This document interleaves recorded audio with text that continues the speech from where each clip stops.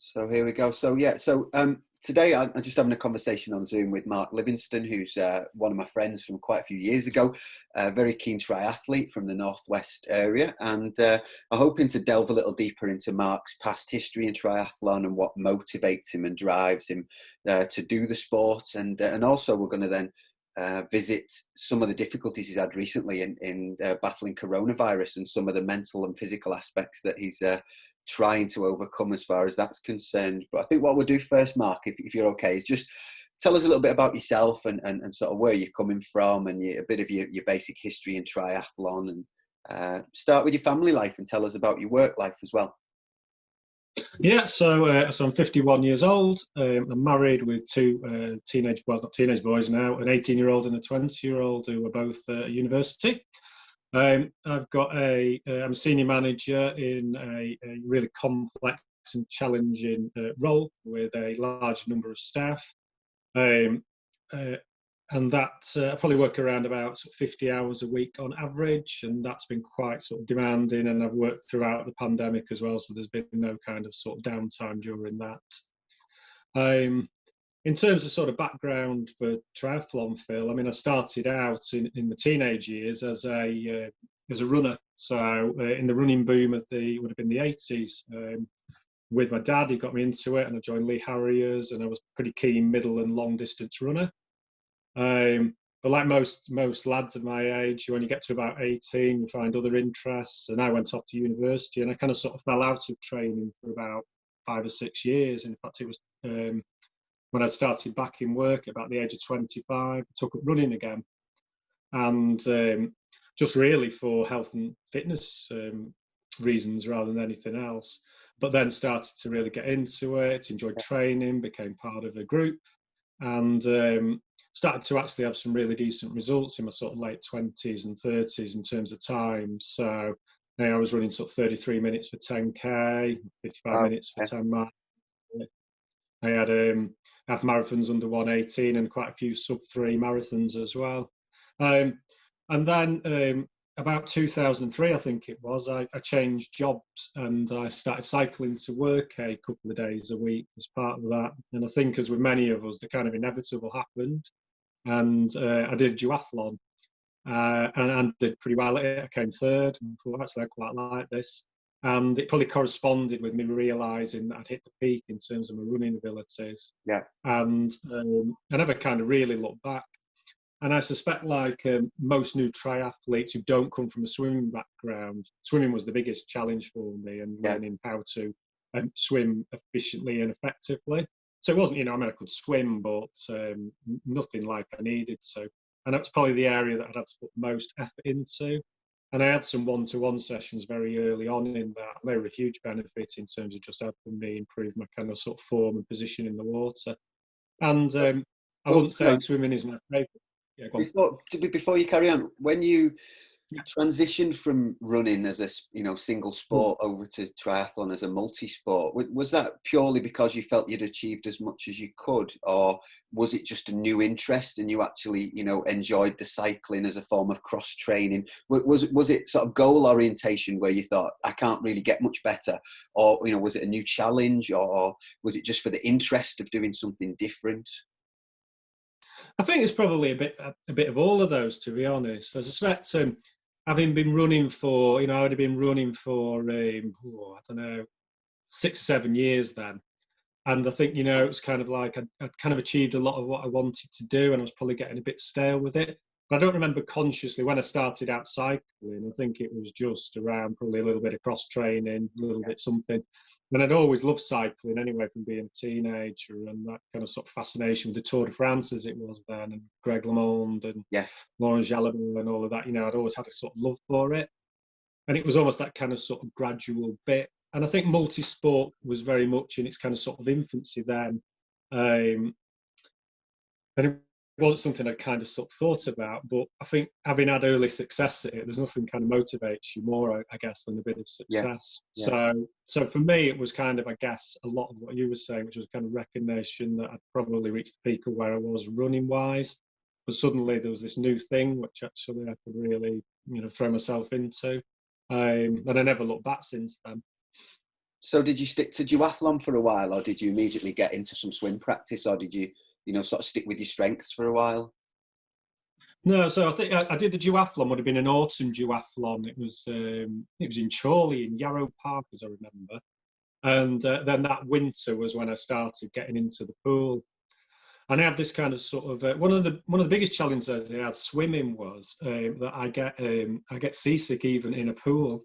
And I think it was something to do with the motion of water going over my Yeah, eardrums. yeah, And once I figured out to get earplugs, then actually I kind of started to come ahead in leaps and bounds. I think kind of initially with that swimming, it was just about trying to build some sort of endurance and fitness. So, you'd kind of like do 200 meters and you'd be blowing at the end of yeah, that. And then you'd yeah, kind of build it up, get to 800 meters. And that felt like a huge yeah, distance at yeah, that yeah, point. And then I think, if memory serves me right, then I think I joined Ashurst Bike Club, which has now become St Helens Tri, which is where we met, yeah, and started going to their coach swim sessions on a Saturday. yeah. And then that kind of began to bring me on. And I think that's when I had the one-to-one session, which allowed me to really think about form. And that's when then I saw some kind of, very quick progression. Yeah, yeah. And it shows you how, with the running times that you've mentioned that, even somebody who's very, very fit, sort of aerobically or, cardiovascularly, how swimming is just so technique dependent, isn't it? Even if you're very, very fit, you can't bluff the swim, can you? You've got to put the technique work in. Yeah, absolutely. Yeah, there's no kind of shortcuts to that at all. I mean, you just can't power your way through the water. It just doesn't No, work, does it? no, no. And I say, if you can run, sort of 10K in just over 30 minutes, and yet you're struggling to do 200 meters in the pool, again, it just doesn't add up at first, does it? And I think we're all guilty when we first start of just trying to push ourselves harder. Swim more, swim faster, and if you've just got that poor technique and you're reinforcing that, it's just the wrong way to go, isn't it? I think we all, with Yeah. hindsight, would seek some advice, wouldn't we, about technique work earlier on, wouldn't we, rather than just trying to push ourselves like we do with running. And I think, when I did that session, it was videoed, and sometimes you need to see what you're doing to almost understand what you need to correct. Yeah, Mine was a lot about massively over rotating, looking over my shoulders when I was breathing. It was causing my whole back end to drop. I was basically going through the water like that. It was hardly yeah, surprising. I was, destroyed after 200 meters. yeah, yeah, I mean, the water resistance must have been gigantic. yeah.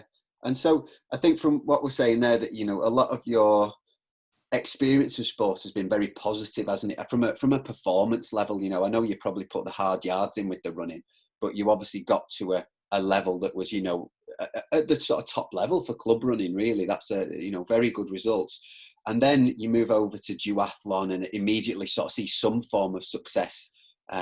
So obviously from that point of view, and given what you've said with your job, managing other people and being, high up in a managerial post, you're obviously a high achiever as a personality type, probably this type A sort of personality. Now, I know you've got a psychology masters as well, I think, haven't you? So, or doctorate, is it? What do you think about the personality side of it, and sort of what motivates you? Is it very much performance based, or is there a love for just exercise as well? Yeah, no, I think I mean, you've hit it on the nail. I've known I'm a type A personality for a long time, which makes me kind of very highly motivated, highly driven. And it is about, I think for me, about performance. So that's always been Yeah, the kind of real driver for me. Don't get me wrong, I enjoy the training, I enjoy the camaraderie of being part of it. But for me, my motivation comes from being able to deliver good yeah, performances. yeah, And that's not always about actual results. It's not quite as simple as that. Sometimes it's about a time, sometimes it's about perception of having given it everything yeah, that you could, satisfaction from that. But it's not it's not just the kind of the training that does it for me. There has to be a goal, I guess. Without that, I become a bit lost, I yeah, think. yeah. Obviously we can talk about that a little bit more when we come on to the Yeah. sort of coronavirus stuff, because obviously that means that this last 6 months even for you would have been a difficult time anyway, if it's all about validating your training and things through racing and stuff. So, and I know a lot of people will have struggled with that. So before we go on to that, what would you say are your major accomplishments or your best memories of your time in triathlon? What stands out for you as your major sort of achievements or personal satisfaction moments? Yeah, I mean, without doubt, that the first one is it was the first Ironman I completed. So when I turned 40, I knew I wanted to do an Ironman. I'd been in triathlon for a few years, and I think, like most triathletes, that becomes your kind of like, Yeah, an obsession, doesn't it? You probably don't feel like you can call yourself a proper triathlete until yeah, you've taken part in Ironman. And I did Ironman Frankfurt in Germany as my first Ironman, which is, if you're going to do a race, it's yeah. just Oh, mate. extraordinary to do. Yeah, just great, fantastically organised, amazing experience from start to finish. And I think the kind of sort of interest, I mean, I've done 6 Ironman now, completed them. I've done Roth, Austria, UK, and a few others.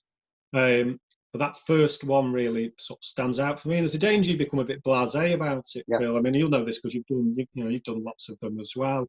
Um, but it's a long way, isn't it? yeah, yeah, By any um, yardstick, 2.4 miles swim, 112 miles on the bike in a marathon. That's some achievement. And I can absolutely remember starting that swim at Frankfurt, not entirely convinced, even though I'd worked hard in training, that I was going to finish this thing, because it was just seamless, kind of like, yeah, just unbelievable goal. And I think that, when we talk about goal setting, I think that's definitely part of the attraction for it, doing something that is going to really take everything you've got to finish it. yeah, And I can kind of, remember getting out the swim and that being a real relief, because that almost felt like, if I can yeah, get the swim out of the way, then yeah. everything else I know The I can race do. starts And I now, doesn't absolutely it? remember, Yeah, yeah. And I remember having that kind of thought, and then getting on the bike and just having a big smile. But the best bit, and it still kind of gives me goosebumps when I think about it, is running down that finishing chute. And that first time you hear the kind of announcer go, "Mark Livingston, you are an Iron Man." yeah, And yeah, you're like, wow, I mean, just amazing, amazing, still like the absolute standout for me. And having kind of family there cheering you in and everything, yeah. just an incredible And experience. with Kath and the boys or whatever, they've seen what you've put into that, haven't they? And I know it's always a bit, I don't know, it's a bit cliche, isn't it, to sort of run over the line with your family, or to, to be thanking them afterwards. But although, you as the athlete put in, 15, maybe 20 hours a week of training, it does play a massive toll on the family, doesn't it, in those leading up, those months leading up. Everybody's got to be really sold on that as your goal and something for you to achieve, even though they're not achieving it. They've got to be bought into it, haven't they? They've got to be very patient, and they've got to be very supporting. Oh, yeah, absolutely. And yourself, those kind of last few months, the amount of training it requires. But I don't think it's just that as well, isn't it? I think you become kind of quite, I mean, your focus narrows, doesn't it, almost to the exclusion of everything else, because that's all you're thinking about really in those last few weeks in the run up to it. And particularly with that first one, because there's this, that kind of sense I talked about I'm not even sure I can finish this Yeah, thing, and yeah. just constantly rehearsing it. And without your kind of family support, it's not possible, is it? No, I'm presuming. Absolutely. I'm presuming that you did the same as most of us for the first Ironman, and you said, "I'll be happy just completing it," but really, in the back of your head, you've got a time that you wanted to hit, because that's, I think we're very similar in our approach, actually. But what was your goal time that you had in the back of your head for that race then? So I think it's, as you say, you have a kind of sort of sliding sense, don't you? So, goal one is, right, I want to finish it. And then goal two, I was looking to go under 12 hours, Yeah, and I finished 11 hours 10. yeah, And of course, what happens is you go, oh, actually, if I'd gone 10 minutes quicker, yeah, I'd have had a yeah. 10-hour something time. And where And did that that's race how it down? started, isn't it? Yeah, yeah, yeah, And then you look back over the performance, and of course, I talked about that immense satisfaction of having finished. And then you look at your transition times and you go, actually, if I just got through T1 and T2 yeah, with anything like a bit of urgency, I'd have probably been within a 10-hour yeah. something time. But then that That that 11-hour barrier or whatever is totally arbitrary, isn't it? It's we impose it on absolutely. ourselves. It's like a 3-hour marathon. It's like, whatever. It's a time that we seem to give ourselves that nobody else cares about. Your Kath wouldn't have been bothered about it. Your kids wouldn't have been bothered. Just the fact that they can kind of say, "My dad's done an Ironman," is kind of quite nice if they are that bothered. But Yeah. that goal is again that type A personality, isn't it? Where you're just never quite satisfied. You know, as you say, you've done the biggest thing in your life, you've finished it, and one of the first things that happens in those days afterwards is you're going, but I was only 10 minutes off a sub 11 and I was at this place and I could have probably been that place. And I think that is, again, just speaks of that personality type, doesn't it? Where you're never quite satisfied because you're always looking forward and above at what could be. Yeah. So how quickly did you then want to get on for more Ironman? Did that become your goal, as to, you know, complete more or travel to do more or to beat your time? What became the goal after that? So I think the goal became to beat the time. So I did Austria the year after, Yeah. and that's still my and I did 10 hours 33 at Austria. Yeah. Yeah. In actually much worse conditions because it was absolutely boiling hot at Yeah. Austria. Yeah. I remember finishing that and being in a real state and ended up on a drip, which is miraculous, you know, cure. Yeah. And there was kind of something validating about that though, Phil, and it's happened to me a few times, this drip experience, because the bit is when you end up getting carted off to the medical tent, you know, you couldn't have given any more. Yeah. Yeah. And it does stop some of that kind of like, oh, right, well, could I have done, you know, could I have done a bit more of this, a bit more, Yeah. you know. And I'm not advocating it as a race strategy, believe me. No. But so again, that's quite interesting, isn't it? So you obviously got some personal satisfaction from that bit of validation that you knew you were close to your limit on that day. So irrespective of what the time was, and you could go, well, could it have been 5 minutes quicker here or 10 minutes quicker there?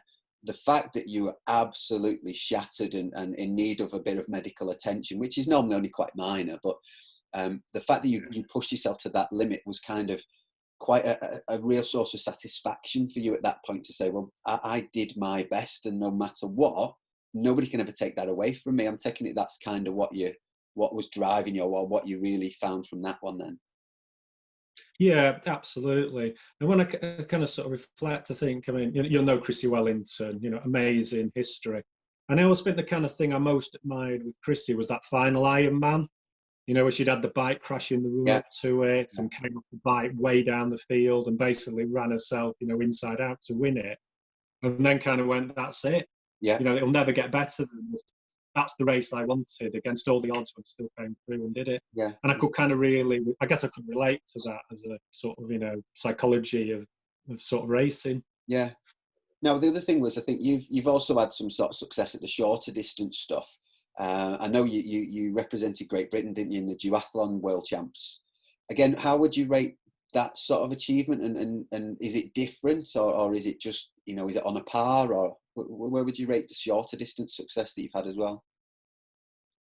Yeah, and I mean, as if we talk about the kind of GB bit, I mean, that is just, you know, I mean, that is up there. You asked me about great experiences, and that's definitely up there with the first Ironman. I don't think, I mean, you've raced for GB as well. When you pull on that, your GB tri-suit arrives in the post and you put it on, you feel 10 foot tall, don't you? I defy anybody not to be grinning from ear to ear. Yeah. And then kind of getting out there and the whole kind of, you know, the parade of nations and getting on the line and kind of really, you know, racing. I mean, it was just an amazing experience. And I went, you know, I was lucky because I went with a couple of friends to do that as well, who both qualified. And that was really nice to share that experience. Yeah. And the other bit I'd kind of say is that in triathlon can feel like quite an individual sport at times. So it was nice to be part of something wider. Yeah. And I really enjoyed that part of it as well. And I think for me, I mean, there's probably an irony in this, in that I keep coming back to Ironman. But if I was being honest, probably my strengths are in the shorter distance type events. You know, and I've probably had more impressive results from my own point of view around standard and kind of middle distance type racing, and even some of the sprint stuff. So, you know, and I've kind of, you know, I've really enjoyed you know, I've kind of really enjoyed the success, I guess, I've had from that. And it's all a bit, you know, local hero stuff. It's never been on a national level or anything, but I've had some decent results as both a kind of sort of senior and probably more as a vet, because I've been in triathlon more as a veteran, you know, in local races. And I was sort of saying to you, I think one of my real highlights was I did the Ribby Hall Evening Triathlon Series, and I finished second overall in that. And I got my trophy from Phil the Power Taylor, who happened to be on holiday at Ribby Hall as well. One of the great moments. And actually, the guy that serviced my treadmill when I had a previous treadmill, he was the guy that had just set up a gym for Phil the Power Taylor that he'd spent millions on in his home and never used. So that was interesting. I spoke about Phil actually. But yeah, the interesting thing I think from what you've just said though is you kind of said that you said that you're probably more suited to short distance, or shorter distance. But what I find interesting is maybe physically that might be the case to a certain extent, and certainly if you're in comparison with people of your age, that might be the case. But I think your mentality is definitely suited to enduring the hardship of the longer distance race. I think where you've got a real probably advantage, if it is an advantage over other people, is just your tolerance of training and your ability to rationalize it and to work through it and just stay very dogmatic and get on with things. And I think that I was wondering, and I don't know if this has always been the case, whether it's just you as a person or whether when you had that foray into ultra running for a while, I wonder whether that was something that was built on, during that time. And so again, I think it'd be quite interesting for people to know when you had your little sort of foray into that clandestine world of ultra running and growing beards and drinking dark ale and stuff. Tell us about why that came about and what happened in that year or so, and where you went with the ultra running. Yeah, so I think I probably need to go back a year. In the run up to it, I'd targeted Ironman UK, so it would have been 2014. And I'd trained really hard. I'd had some good results in the run up to it. I'd run sub-3 at the London Marathon. I was in good shape. And then 6 weeks out, tore my calf muscle at Barlow Middle. Yeah. And had some pretty intense physio. It got me on the start line, but I'd lost all that peak run training. Yeah. And I'd been targeting the Kona slot at 2:30 for that. And it was an hour off qualification. And it hit me pretty hard, I must admit, because, we talked about the personality being very goal-orientated.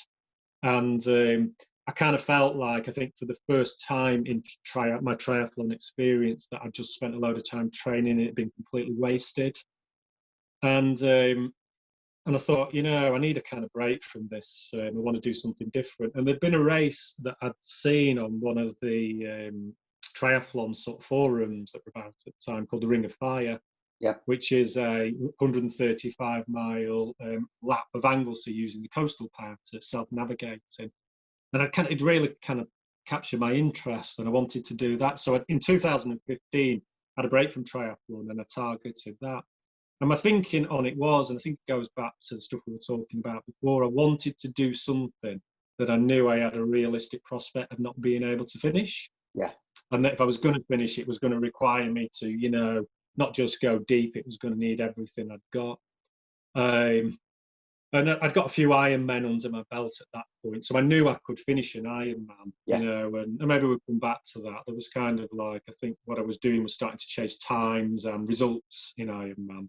But it wasn't about finishing anymore. I was confident when I got on that start line that I was going to finish. With Ring of Fire, of course, you just don't know. And that 2015 year, it was running the worst conditions the race has ever been running.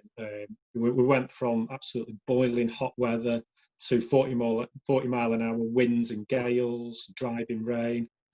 And I can remember so it's run over 3 stages over about 48 hours. And on the second day, it just rained continuously. We're running into a headwind all the way. And that stage is 66 miles. And I can remember about 40 miles in, I was in the middle of this field, the rain was coming in horizontal.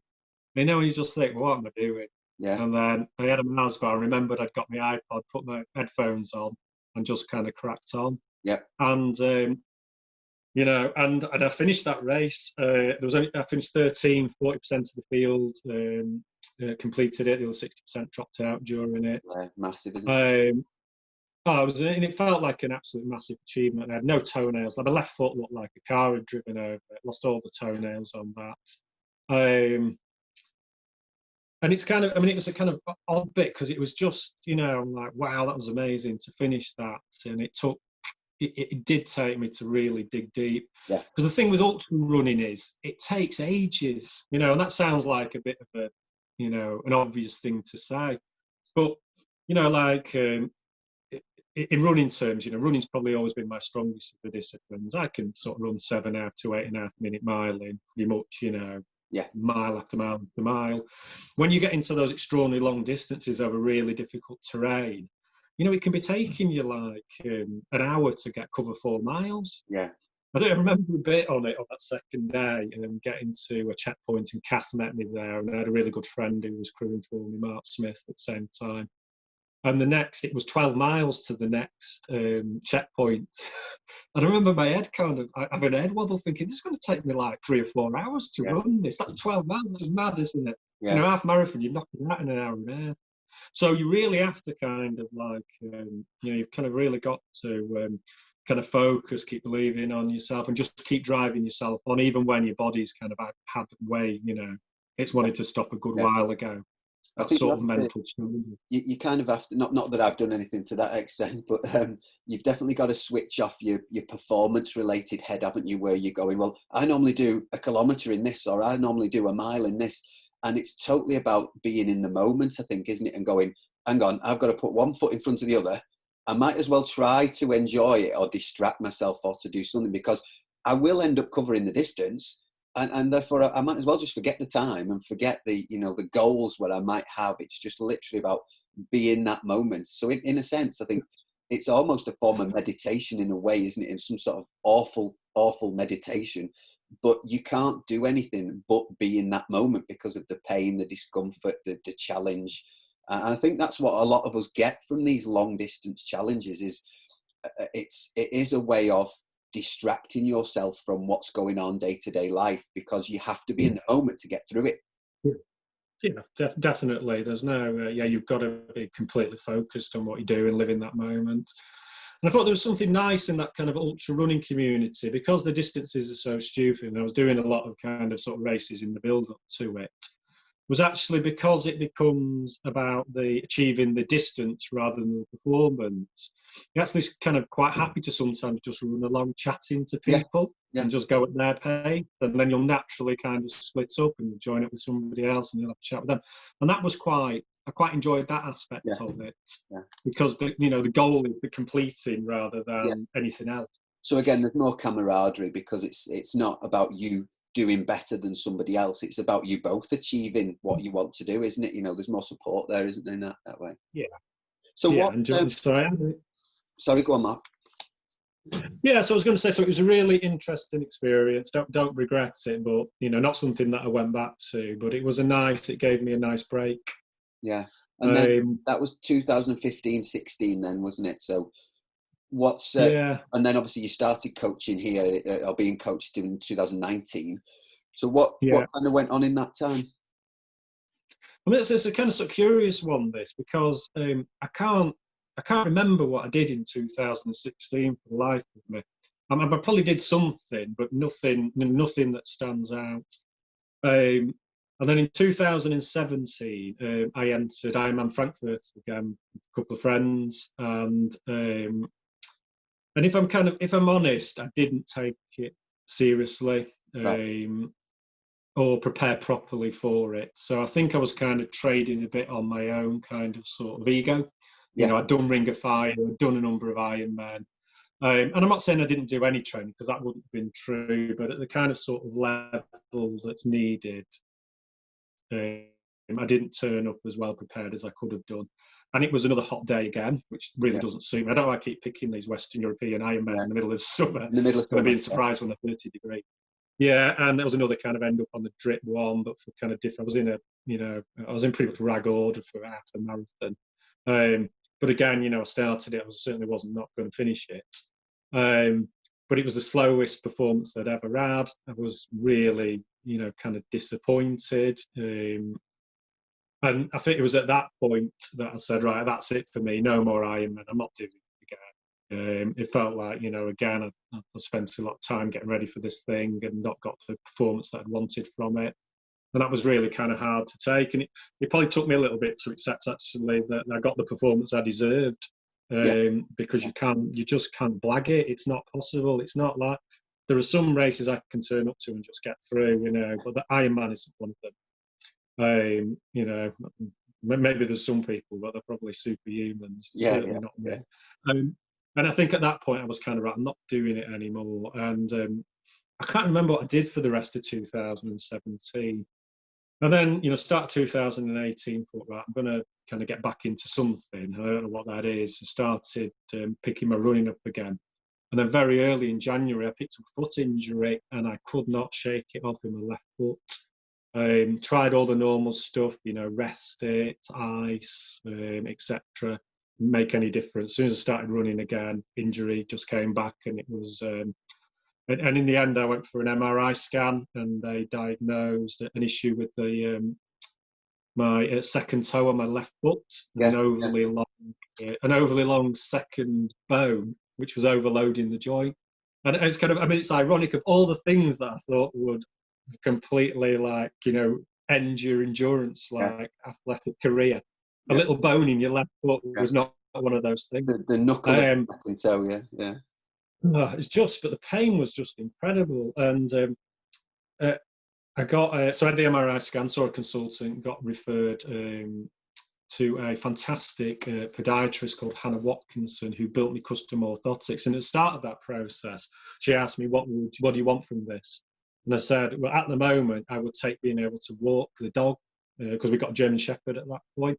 I'd take being able to take him for a walk without being in discomfort. So she wrote me an orthotic for that, and it was unbelievable. It just worked instantaneously. Yeah. So of course I was straight back onto the phone to going, can you build me a running one? Yeah. Not happy with that. Let's just see how this goes. Yeah. But about 8 weeks later, I was running with the dog, and the orthotics have sorted the issue out completely, much to my amazement. So, and I think there's something about that, Phil, and it made me appreciate what I'd got and what I'd taken for granted. Yeah. So, I talked about having a bit of kind of wilderness years and not really taking it too seriously. Suddenly, when you have the prospect of not being able to do it, and that's genuinely where I thought I was, I was thinking I'm going to have surgery on this, and there's no guarantees that's going to work. It makes you really appreciate it. So for me, that was a kind of resetting of my kind of headspace. Yeah. So towards the end of 2018, I said I was out and I was running with the dog again. And then 2019 was very much about me just trying to get some fitness back, because I'd lost a lot of fitness over that period. And I didn't really do much in 2019 bar training, but I entered the long course swim run event in Coniston with a good friend of mine, Charlie, who's coached by another TTT coach, Nick Rose. And we did that in October in the Lake District, which was an amazing race. And again, one of those that I think we both said at the end, I don't think we'd actually thought about just how hard that was going to be. It was freezing cold. The lake swims were unbelievably cold. Funnily enough, the lake's in October. The actual running elements of it. So, and it was a great race. I really enjoyed doing that, and that got my kind of sort of love for it back. And prior to that, I'd signed up with you, hadn't I, in the September? Just before, yeah, just before.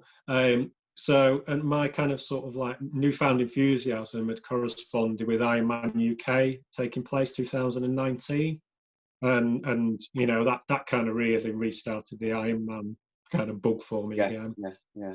It was obviously, I think it was nice, that experience with the Brecker race, with Charlie, because again, it brings on that camaraderie side of things. It's not so much about the time, it's about the experience, doing it with a friend, getting both of you across the finish line. And because the swim run to me just seems like it's a compromised swim because you're wearing trainers, and then it's a compromised run because you're running in a wetsuit, and they've missed out the most fun bit, which is the bike. So for me, it's not really a race that would be of much appeal, apart from the fact that I think I would like to do one just because of that adventure. It doesn't matter how you finish. And it's just about what you go through with your partner, I think, isn't it? It's about that personal development, building friendship and doing something that's just not so time orientated for once, is it? It's a different reason for doing it, a different total reason. Yeah, absolutely. Yeah. It's kind of sort of big chance. I'd definitely recommend it. And, the kind of sort of end of season finisher as well. If you've kind of got all your A races out the way. Yeah. Really good, fun thing to do with it, kind of friend. Yeah. So when you've done that, and then you're obviously starting to think more about getting serious. Now you've sort of self-coached yourself with your history of running, and understanding some of the sports physiology yourself and stuff like that. What drove you to make a change and actually say, hang on, I want a bit of help, I want some guidance? What led you down that route this time? Yeah, so it was absolute kind of sort of realization. So I think, I talked about Ironman UK 2019 and I watched that. And I mean, we've been friends for a long time. So I know a lot about your performances. And I'd seen something change for you in 2019. So, I mean, you'd had loads of success on the local race scene, but Yeah, suddenly that had translated up. And, you'd had a great race at Staff, 70.3 in the run up to it. And then, I mean, your Ironman performance was just stellar, wasn't it? yeah, yeah, And that kind of excitement of sort of watching that. And I thought, I kind of want a bit of that. And then, of course, you'd qualified for Kona as well. And I talked about that sort of 2014, and that's never gone away for me. I've still got what I realised was I've still got goals left in yeah, triathlon. Even at 51, yeah, I've still got goals and things I want to achieve. And Kona was very much at the forefront of that. It feels like real unfinished business for me. yeah, yeah. So if I look back over my kind of athletic career in terms of running and triathlon, that's the one thing that's really I think I haven't achieved, that I really want to. And I think, and I had to also think about that 2017 experience. And I think when I tie all of that up, what I recognised was if I want to achieve this, then I've got to get serious about it, and I need a coach to help me do that. My sort of like knowledge has got me so far, and it's resulted in some okay performances. But if you're going to qualify for Kona, that requires a step up. And Yeah. I think you signed up with Chris at Yeah. TTT as part of your preparations that year, and I'd seen the impact it had had on your performances. And Yeah. I can well, actually, do you know what? I want a bit of that. Yeah, and that's exactly what you'd seen when you'd noticed changes in my training habits, and increased training volume, and all the things that you kind of notice on Strava and the other social platforms that we follow people on, that we're interested in knowing how they're doing. That was the difference, is that by employing somebody outside of yourself to make a lot of the decisions, where you're taking away a lot of the biases that we all have. You obviously see yourself as a runner who does the other stuff to a decent level, but if you identify as a runner, the difficulty is that left to your own devices, you are likely to keep doing what gives you better self-esteem, which will generally be running. Yeah. So you will probably prioritize your running a bit too much. And again, when a coach is making decisions for you outside of you, they're not taking into account necessarily if you feel a bit tired, if the weather's nice, if it's raining. If you've got a swim session because it's the best thing for you to do is work on a certain part of your swim technique, that's in the plan. And if it's a nice sunny day and you fancy going for a run, well, it doesn't really matter what you fancy. If your goal is making yourself the best you can be, we kind of have to take out some of that thinking. And I think that's what I got from coaching. And that's why a lot of my training changed in that lead up. And as you say, with sort of 18 months of structured coaching, it got me that goal that I'd laid on as being, my main goal for a while. And then obviously the good thing about triathlon, as you've just said, is the age categories mean that we've always got goals, haven't we? We've always got the ability to qualify or win something or achieve something, because every 5 years we get to compete again at another standard and try that. So you were then coming to the 50 category, weren't you, this year? So main goal was to train for Ironman UK, hit that. And I think we started really well, didn't we? I think we saw some big improvements in your bike power, and some real solid improvements there. And then that led us to go in to Lanzarote, didn't it? And you came on the camp with us. So just sort of finishing up with where we've been pre-COVID, how did you find the camp, and what did you get out of that, or what do you think other people would feel about a camp situation?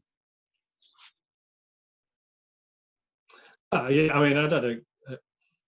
remember the camp. I mean, it'd been great in the build up to it. So I think I said I signed up with you in September, and I recognised that if I was going to be serious about my goals for Ironman the following year, that we'd got to work on the bike.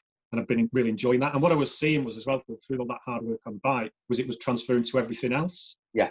Particularly around the running, and when I kind of talk about some of those performances later on, but and I was really enjoying the structure of that kind of sort of training and the focus of it. And of course, that was all building up to we went on the TTT training camp to Lanzarote, and it was great to get up with the other athletes and go out on those rides. And it just, it felt good to be kind of sort of part of something bigger than yourself. Yeah. And kind of immediately in the run up to that, I'd done the Parbold Hill race, I think about a couple of weeks before we went. And it's a decent local race, and finished 9th overall. And actually was so astonished that first vet, not just first vet 50, first vet overall. And actually, I had no idea where I was benchmarking. I just finished the race, jumped in the car and drove home. It didn't even occur to me I'd be in the prizes. And that's not false modesty. It was an awful day. I thought everybody had just left. I didn't realise I was so far. Yeah. That's massively kind of, like when we talked about my kind of type A personality.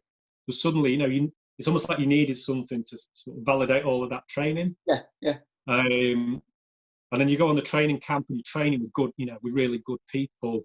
And kind of being able to keep up and to share experiences, etc. It was a great experience. Really enjoyed it. Came back, we both did the Parbold duathlon, both won our respective age groups. Little did we know, that was going to be my last race of the year. Not been yours, but for a lot of people, I suspect it probably was, because the kind of coronavirus thing all came crashing in then, didn't it? Yeah, and I think that's where we need to finish. Really, is I wanted to get your views on what you've been through, because obviously we now know that you're very highly likely to have suffered with it and contracted it probably very early on in the situation. So what I want you to try and get across to people is, because a lot of us we see the stuff in the media, we see a lot of hyperbole about what's going on. We're all made to worry, I think, by a lot of the tabloids and the red top papers, which are telling us we should be concerned about this, that and the other. But then on the other hand, very few of us have got close friends or family that have actually suffered from it.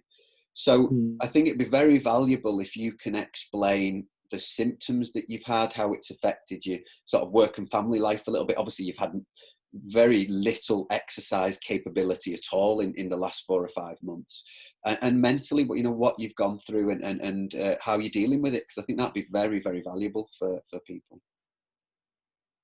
Yeah. Okay. So I got coronavirus, and I'm certain I got it towards the end of March, but there were no tests available then. But I think I'm pretty certain that I had it. And my symptoms were not the typical ones. So I didn't have the fever. What I had was a very tight chest. I had, kind of overwhelming fatigue and a bit of a cough. And I self-isolated in the house away from family for 7 days.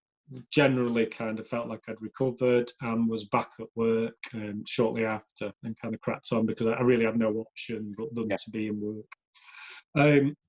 And I think like everybody at that time, the narrative was very much, you'll feel rubbish for about 10 days. It's a bit like having flu, and then you'll be fine. And I think, nobody knew anything about it. We'd had some discussions, and I think we had a week off training entirely after I'd isolated. And then the idea was to kind of build up gradually from that. And in my kind of head, I was thinking, right, that's what I'll do. And I've had this kind of sort of repeating pattern where I can train for about 2 weeks, and the moment I try to put any real intensity in, I get a kind of sort of relapsing of symptoms, in particular to do with the tightness of the chest. And it's kind of, it's been really annoying in that it doesn't affect me in kind of sort of functioning, so I can crack on with day-to-day life. What I can't do is do any real training of any quality. We'd had a couple of goes, and we talked about how we'd structure training around that, but it just hasn't been possible. I'm at the point where I've had a CT scan, and thankfully that's come back clear, and I'm due to see a respiratory consultant. But, I was saying I had these symptoms towards the end of March, and we're now approaching the start of September, and I'm still struggling with it. Yeah. And my kind of sort of message to people is don't kind of underestimate how kind of serious and debilitating this can be.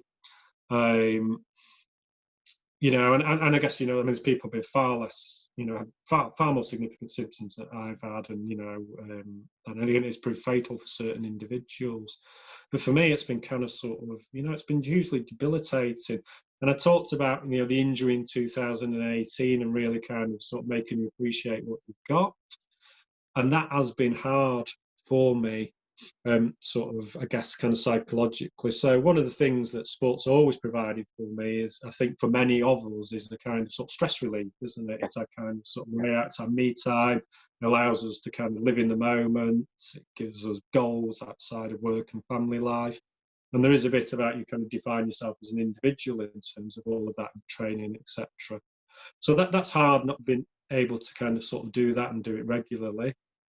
I think it's also been hard because one of the amazing things that's happened as a result of lockdown is in the TTT world is the kind of advent of Zwift and Discord and all of that kind of collaborative training and the coach sessions on that. And it's kind of like, you know, you really want to take part in it, the team time trials on Zwift and the racing. And it's been, you know, that's been dead hard to kind of watch that from the sidelines and not be able to take part in it. Because, you know, I kind of made some good friends on the training camp, and, you know, I'd really like to have been part of it. Yeah. But it's kind of not to be, unfortunately. I think you have to realise and almost reinforce that fact, though, that at some point it will come back. You know, I think once we tried to get you back to endurance level exercise, lower aerobic exercise, the first time for a couple of weeks, and within that couple of weeks you already had a relapse, even though it wasn't anything, you know, particularly difficult for you to do. We then realised that because we don't fully understand the extent of this disease, we've got to prioritise your health, haven't we? We can't be chasing targets, performance based, even though that's what drives you. We've got to look at, there will be other performance goals that can come in the future, but we don't really know what this could do to your lungs or to your health in the future. And therefore we have to step back from triathlon, don't we, and go, hang on, you know, this is, you know, we're friends as much as we are, you know, coach and athlete or whatever. So we have to go, what's best for you is just, let's get you healthy. And again, if the guy that you're seeing in a couple of weeks gives us a bit more advice and tells us, you know, whether there's any medications you could be taking or whether there's a certain approach you should be taking to exercise, then we'll work on that, won't we? And maybe do something. Yeah. I think it has been difficult here because there's nothing worse than seeing everybody enjoying stuff that you enjoy doing and you're, you know, incapacitated and unable to do it. So whilst we've been providing a very good level of service for a lot of our athletes throughout coronavirus, unfortunately, it's not something that you've been able to tap into, which is a huge shame, unfortunately. Yeah.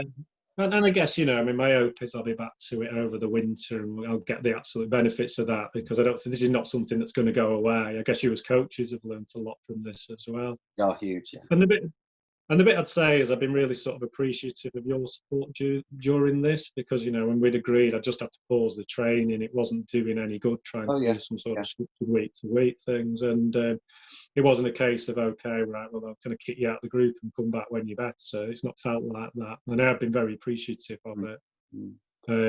I think we all need to value community as much as, you know, as much as this is a business, as much as we're trying to push people to achieve their goals. It's also about keeping people included and getting that, you know, we've said about camaraderie from the ultra running that you got from your Brecker with Charlie. That's a huge part of it, as well as the performance side of it. And certainly we should be keeping you know, within our group and within our community, you know, because that's just the right thing to do. You know, that is just morally, that is the right thing to do, no matter whether you know, you're getting money for it or not. It's simply the right thing to do. And hopefully I think we're both thinking, your goals are just on pause for now, aren't they, basically? And those drivers and those performance goals will probably hopefully come back next year. Yeah, absolutely. And you know, it's about something about how quickly that I'm able to kind of sort of return to it will determine some of those goals. So I suspect my goals for next year are going to be different to the ones for this year. And, you know, this year was very much about Ironman UK, you know, going for the age group win, trying to qualify for Kona. They were big goals, I knew that. That was why I signed up for coaching. Kind of next year, I'm a bit more realistic. That I've lost a lot of training, Yeah. and that I'm just going to have to kind of refocus on get well and rebuilding that fitness. Yeah, I think we'll get there though. I'm very hopeful that Yeah. we'll get there. Yeah, that's great, Mark. I'm really, really happy to talk to you today. And again, as well as helping me to understand my athletes and the guys that I'm working with by having these in-depth chats, what I'm hoping to show people is when we contrast your interview or this chat that we've had with some of my other athletes, it'll help people realize that the real value in coaching is if I try to provide the level of advice and training and social support that's relevant to each individual. So the way that I hope to deal with you and get the best out of you will be different to some of my other athletes, because they're not driven by the same drivers that you have. So that was the main reason for doing this, as well as helping me understand each of my own athletes a bit better. So that's been great. Thank you very much. No, thank you, Phil. Enjoyed that.